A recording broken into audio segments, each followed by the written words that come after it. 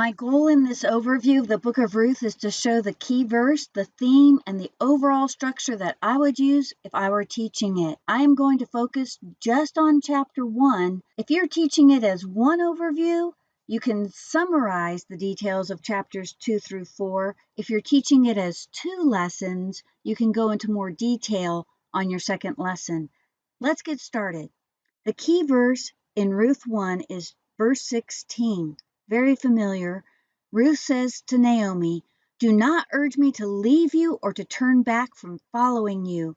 For where you go, I will go. Where you lodge, I will lodge. Your people shall be my people. Your God, my God." In Ruth chapter 2 through 4, where we see the outcome of Ruth's choice, chapter 2, verse 12 is a key summary verse, where Boaz says to Ruth, "May the Lord reward your work, and your wages be full from the Lord, the God of Israel, under whose wings you have come to seek refuge."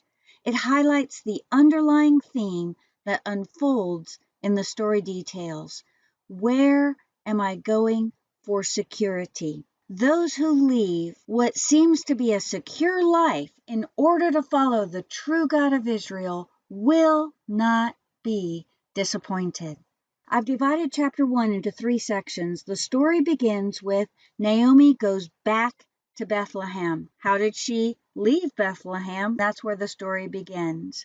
We find out that there is a famine in Bethlehem. The family moves to Moab, and then we discover that there is a tragedy that happens in Moab. Her husband and her 2 sons die. And then we find out why she's returning to Bethlehem, because she hears that there is food now in Bethlehem.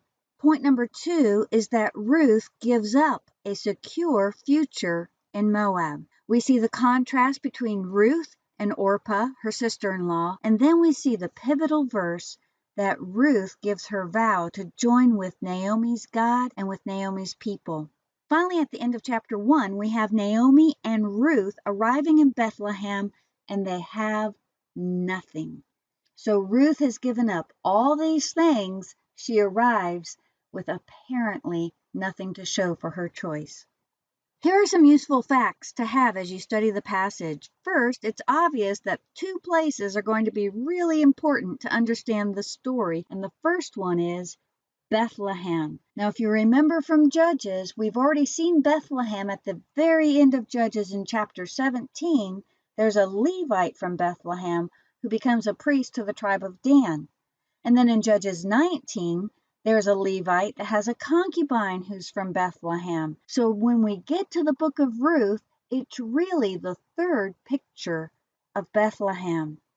Bethlehem means house of bread. So when we open up the story in chapter 1, it's kind of ironic that there's a famine going on in the house of bread. The second important place in the story is Moab. These were the descendants of Lot, and you remember that they always had an adverse relationship towards the Israelites.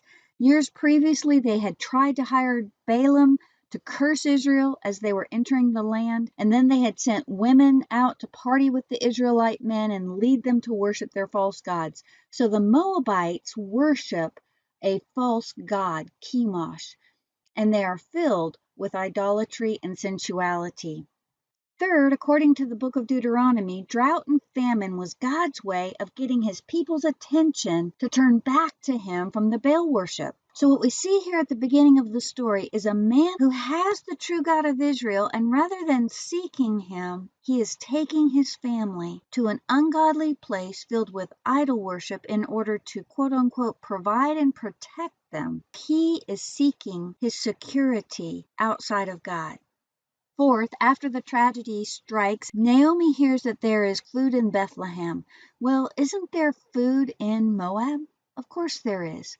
So this is an indication that when she returns to the land, for Naomi, it's a return to God.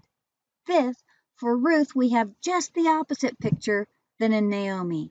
Rather than someone who's gone away from God and is returning to him, we have a foreigner, a Gentile, who has come to know about the God of Israel, and she is seeking asylum and security, but at great cost to herself. The time of the judges was lawless. Each area lived by its own rules. Remember, there was no king who ruled. Every man did that which was right in his own eyes. So how would a foreigner be received? It was likely that no one would want the stigma of marrying a foreigner, and especially not a widow. So Ruth was looking at the potential of being poor and having to beg for her food. She was giving up her own family, her father and mother, and then she was also giving up a chance of remarrying and having a family of her own in order to gain what? Her mother-in-law, her mother-in-law's people, and her mother-in-law's God. But the God of Israel is going to repay her because she, a Gentile, has sought refuge in him.